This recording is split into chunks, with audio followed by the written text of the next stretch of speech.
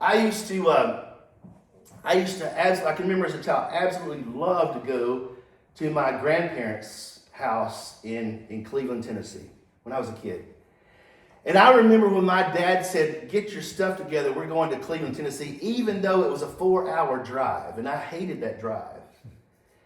I was so excited to get to go see my grandparents. My paternal grandparents absolutely spoiled me, and I miss that.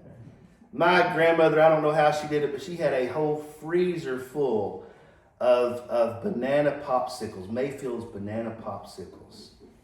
A whole freezer full of Mayfield's ice cream sandwiches. A whole freezer full of all this stuff.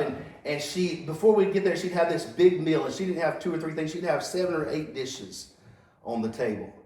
And I believe that my grandmama did it just for me. She didn't do it for my daddy or my mom or anybody else. She did it. I believe that, and I still believe that today.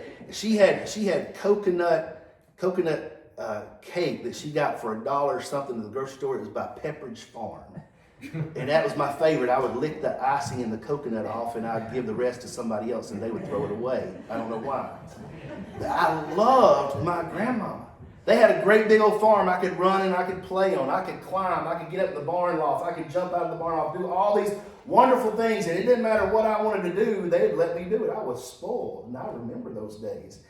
And so when we were going to my grandparents, I would just get so excited. I get so excited. I tell my dad sometimes, Dad, my legs are tingling. I just can't help myself. I was just full of joy and gladness. And that's what it means to know God has got us. And God loves us. It ought to fill us from top to bottom with joy and gladness that we just get excited. That's the pleasure that they're talking about here.